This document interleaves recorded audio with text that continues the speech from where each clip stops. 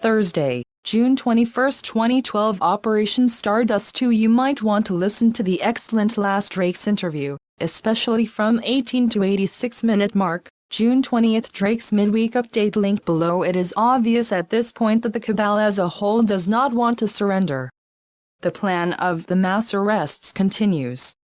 This time of negotiations has not been spent in vain. The cabal has been given its chance. The generous offer has been refused.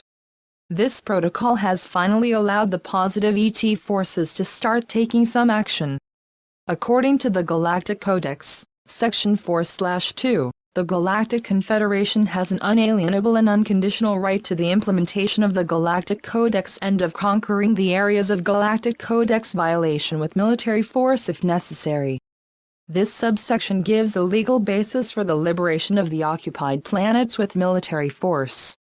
The military forces of the Confederation remove or give assistance to the local positive military in removal of the representatives of the dark forces and set the hostages free.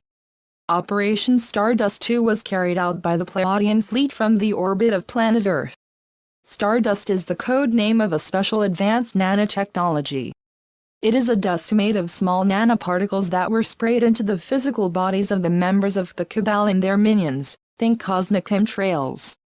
This nanodust cannot be removed by any technology known on Earth. Its activation has two phases. The first phase blocks the central nervous system immediately and a person cannot move. The second phase kills the person.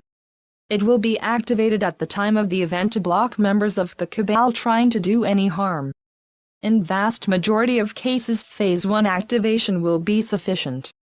The purpose of the Operation Stardust is to counteract any negative effects of Doom 33 that the Cabal might want to use at that point. In combination with the positive military action, this basically checkmates the power of the Cabal. This technology will not be activated before the event. At the event, the positive military and civilian authority will still need to do their part.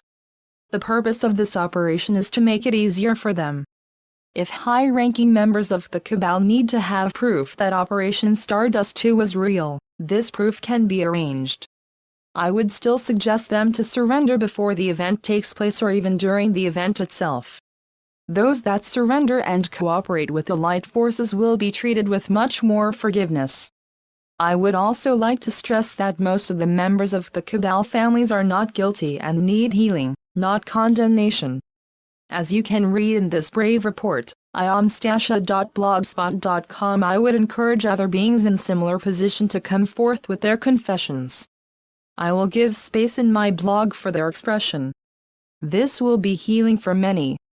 As I have said many times, I do not know when the event will happen. No human being knows, only our source does.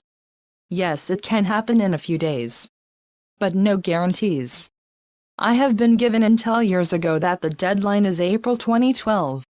Now it is June. The only thing I know 100% is that it will happen. I will report the events as they unfold.